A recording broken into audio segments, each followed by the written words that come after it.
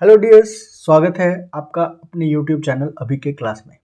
आज का जो हमारा वीडियो है वो है नर्वस सिस्टम के ऊपर या न्यूरल सिस्टम के ऊपर, जो कि क्लास 10th का कंट्रोल एंड कोऑर्डिनेशन चैप्टर का एक छोटा सा टॉपिक है। इस टॉपिक में या इस वीडियो में हम ह्यूमन न्यूरल सिस्टम के बारे में देखेंगे। तो जैसा कि हम सभी जानते हैं कि जो लिविंग ऑर्गेनिजम्स होते हैं वो उनके सराउंडिंग्स में हो रहे परिवर्तन के कारण या सराउंडिंग्स के कारण उनके अंदर कुछ चेंजेस देखने को मिलता है। तो वो बाहरी factor or the external factor which cause some change or some movement in the body parts or in the livings is known as stimulus or stimuli. वो एक्सटर्नल फैक्टर जिसके कारण बॉडी के अंदर या लिविंग्स के अंदर कुछ चेंजेस देखने को मिलते हैं या उनका मूवमेंट होता है तो उसे हम क्या कहते हैं? स्टिमुलस या स्टिमुली कहते हैं। तो ये जो प्रोसेस है हायर ऑर्गेनिज्म में, हायर एनिमल्स में, ये बहुत ही कॉम्प्लेक्स सिस्टम है जिसको कंट्रोल्ड किया जाता है न्यूरल सिस्टम के द्वारा और इंडोक्राइन सिस्टम के द्वारा। तो जो कोऑर्डिनेशन प्रोसेस है, कोऑर्डिनेशन प्रोसेस क्या होता है? तो कोऑर्डिनेशन एक ऐसा प्रोसेस है जिसमें दो या दो से अधिक ऑर्गन आपस में इंटरेक्ट करते हैं और एक दूसरे को कॉम्प्लीमेंट करते हैं या एक कंट्रोल्ड मैनर में एक किसी फंक्शन को परफॉर्म करते हैं। उसे हम क्या कहते हैं? कोऑर्डिनेशन। कोऑर्डिनेशन क्या है? Is a process by which two or more organs interact and complement the function. एक दूसरे के फंक्शन, किसी एक फंक्शन को करने के लिए एक दूसरे को क्या करते हैं? ये कॉम्प्लीमेंट करते हैं या एक दूसरे को हेल्प करते हैं। उसे हम क्या कहते हैं? कोऑर्डिनेशन। तो न्यूरल सिस्टम है क्या? तो सबसे पहला हम लोग देखेंगे न्यूरल सिस्टम क्या है। तो न्यूरल सिस्टम को हम लोग control system of the body बोलते हैं, यानी ये हमारे बॉडी को क्या करता है? कंट्रोल करता है। And it provides organise network of nerve fibre. ये जो कंट्रोल करता है ये किसके द्वारा करता है? तो न्यूरॉन्स के द्वारा करता है, न्यूरॉन्स। और ये इसका मेन फंक्शन क्या है? कोऑर्डिनेशन एंड इंटीग्रेशन का, यानी ये डिफरेंट टाइप्स ऑफ ऑर्गन्स को एक यूनिट में बनाए रखते हैं जिसके कारण वो किसी फंक्शनल यूनिट को कर सके या किसी काम को एक इकाई के तौर पे कर सके या एक फंक्शनल यूनिट के तौर पर काम करते हैं। इंटीग्रेशन क्या है? एक प्रोसेस है जिसमें दो या दो से अधिक ऑर्गन एक साथ मिलकर किसी एक फंक्शनल यूनिट की तरह काम करते हैं। तो इसमें हम लोग किसका देखेंगे? इसमें हम लोग देखेंगे ह्यूमन के न्यूरल सिस्टम को। तो ह्यूमन का जो न्यूरल सिस्टम है वो क्या है? काफी ज्यादा कॉम्प्लेक्स और एडवांस है। और इसका जो ओरिजिन है वो कैसा है? एक्टोडर्मल ओरिजिन है, यानी ये एक्टोडर्म जर्म लेयर से प्रोड्यूस हुआ है। अब इसके अंदर दो पार्ट है, पहला है सीएनएस, दूसरा है पीएनएस। सीएनएस को हम कहते हैं सेंट्रल नर्वस सिस्टम। सीएनएस को क्या कहते हैं?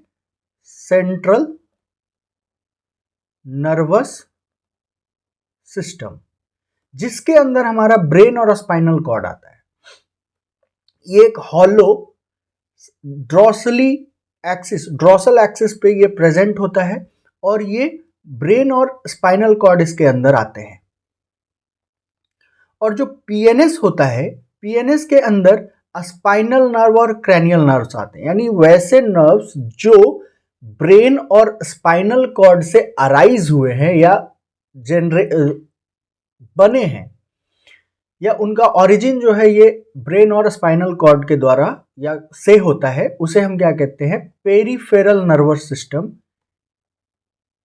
Peripheral nervous system,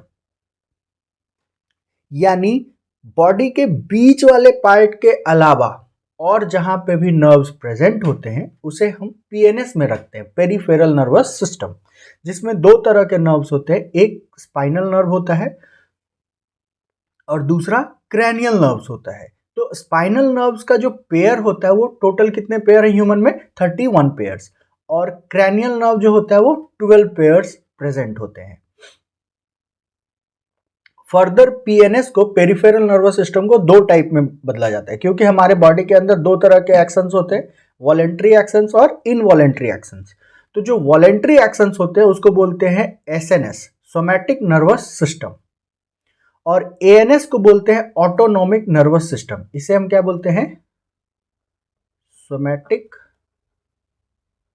nervous system.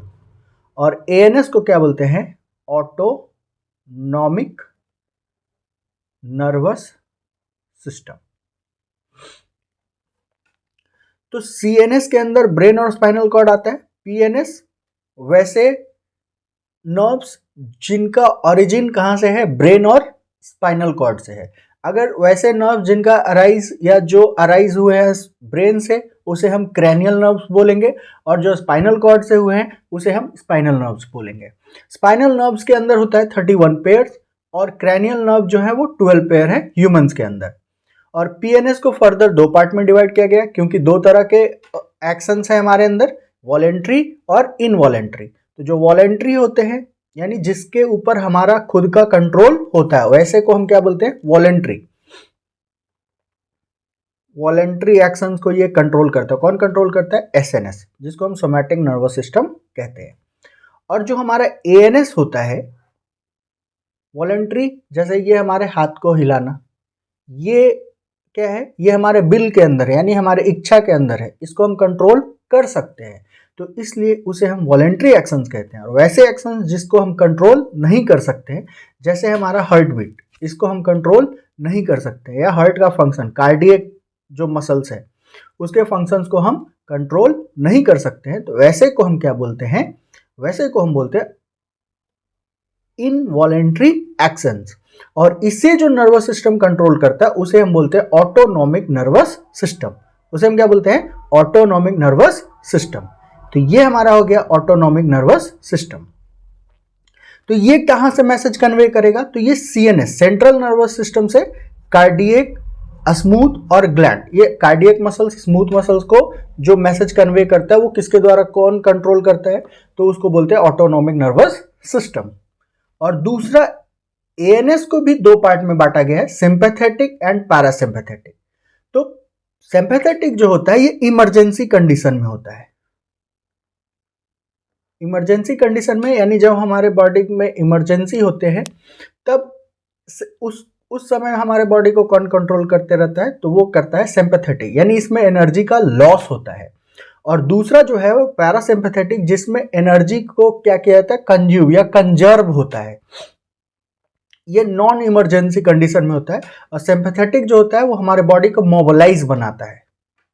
ठीक है, तो इसके बाद हम लोग पीएनएस में थोड़ा देखते हैं। तो पीएनएस में दो तरह का नर्व्स है, एक सेंसरी न्यूरॉन और दूसरा मोटर न्यूरॉन। यानी वैसे नर्व्स, यहां से हमारे 10th बोर्ड में सीधा क्वेश्चन बनता है, what do you mean by afferent और इफरेंट नर्व्स? तो एफरेंट नर्व्स क्या है? यानी those nerves which carries impulses from receptor to CNS. The neurons which carries the impulses from receptor to CNS is called sensory neuron और afferent neuron। यानी जो CNS के पास message लेके जाएगा रिसेप्टर से, उसको हम लोग क्या बोलेंगे? तो उसको हम बोलेंगे एफरेंट नर्व्स। और जो CNS से इफेक्टर के पास लेके आएगा उसको हम लोग क्या बोलेंगे?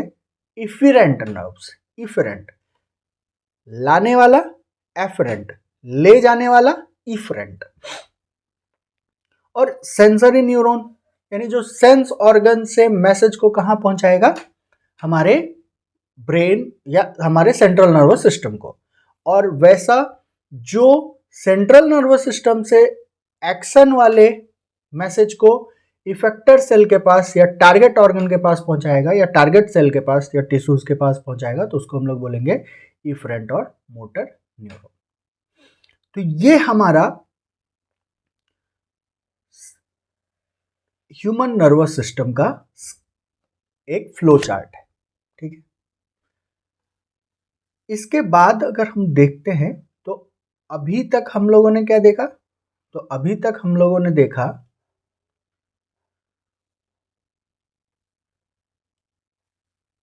कि जो मेन है वो क्या है, CNS, जिसका पूरा नाम क्या है, सेंट्रल नर्वस सिस्टम। ये जो इसके अंदर क्या आता है, इसके अंदर दो आते हैं, ब्रेन है और स्पाइनल कॉर्ड है, ठीक है। अब यहां पे इसके साथ एक और कौन है, PNS, पेरीफेरल नर्वस सिस्टम। यानी CNS के अलावा जो भी हमारे बॉडी के अंदर नर्व्स हैं या न्यूरॉन्स हैं, उसको हम लोग क्या बोलेंगे, पेरीफेरल नर्वस सिस्टम, उन सभी को एक साथ मिला के। तो PNS के अंदर कौन आता है, तो दो जगह से न्यूरॉन अराइज होंगे, एक ब्रेन है, दूसरा स्पाइनल कॉर्ड है। तो ब्रेन से जो होगा उसे हम बोलेंगे क्रैनियल, और जो स्पाइनल से होगा उसे हम स्पाइनल नर्व बोलेंगे। इसका टोटल 12 पेयर है और इसका 31 पेयर। यानी ये सभी किसके अंदर आते हैं, पेरिफेरल नर्वस सिस्टम के। और मैसेज का कन्वे जो होगा वो इस तरह से होगा, central nervous system to peripheral nervous system and peripheral nervous system to central nervous system. और इन्हीं के अंदर क्या होता है, दो तरह के न्यूरॉन होते हैं। कौन कौन सा, एक होता है सेंसरी, दूसरा होता है मोटर, या इसी को क्या बोलते हैं, एफरेंट, और इसको क्या बोलते हैं, इफरेंट, ठीक है। ये क्या करेगा, तो ये मैसेज को कन्वे करेगा, कहां करेगा, तो मैसेज जो कन्वे होता है वो इस तरह से होता है। तो रिसेप्टर ऐसे, और टिश्यूज या ऐसे सेल्स जो स्टिमुलस को रिसीव करते हैं, तो एक हो जाता है हमारा रिसेप्टर, दूसरा हो जाता है इफेक्टर, ठीक है। जैसे अगर हम लोगों ने किसी को टच किया तो दो तरह का रिसेप्टर है, एक एक्सटर्नल रिसेप्टर, दूसरा इंटरनल रिसेप्टर। एक्सटर्नल रिसेप्टर जो होगा वो बाहर के स्टिमुलस को रिसीव करेगा, इंटरनल रिसेप्टर इंटरनल स्टिमुलस को रिसीव करेगा। अगर हमने किसी चीज को टच किया तो टच वाला जो ये जो अगर हॉट ऑब्जेक्ट को हमने टच किया तो हमारे स्किन के अंदर थर्मो रिसेप्टर है, वो उसको क्या करेगा, एब्जॉर्ब करेगा, और वो मैसेज को कन्वे करेगा कहाँ, CNS को। कहाँ मैसेज को कन्वे करेगा, CNS को। तो यहाँ पे जो न्यूरॉन जो इसको कैरी कर रहे हैं CNS के पास, ये क्या कहलाएंगे, ये कहलाएंगे एफरेंट वाले, या इसे हम क्या बोलेंगे, सेंसरी न्यूरॉन। और वहां के बाद क्या हो जाएगा, CNS उसको क्या करेगा, इंटरप्रेट करेगा, प्रोसेस करेगा, और उससे फिर हमारे हाथ को, अगर हमारे हाथ को बोलेगा कि हम अपने हाथ को क्या करना है, पीछे करना है, तो यहाँ पे ये जो ऑर्गन है या ये जो मसल्स है वो क्या करेगा, काम करेगा, या स्केलेटल मसल्स यहाँ पे एक्टिव होंगे और उसको वो पीछे पुल करेगा। तो वो हुआ इफेक्टर। तो यहाँ पे कौन काम करेगा, तो ये करेगा इफरेंट और मोटर न्यूरॉन। तो ये इस तरह से हमारा फंक्शन होता है, रिसेप्टर, CNS और इफेक्टर। तो इस तरह से हमारा टोटल ये नर्वस सिस्टम का फ्लो चार्ट है, जिससे हमारा ये क्वेश्चन अराइज होता है, what do you mean by afferent nerve और इफरेंट नर्व। अगर वीडियो अच्छा लगा हो तो लाइक, शेयर और सब्सक्राइब करें।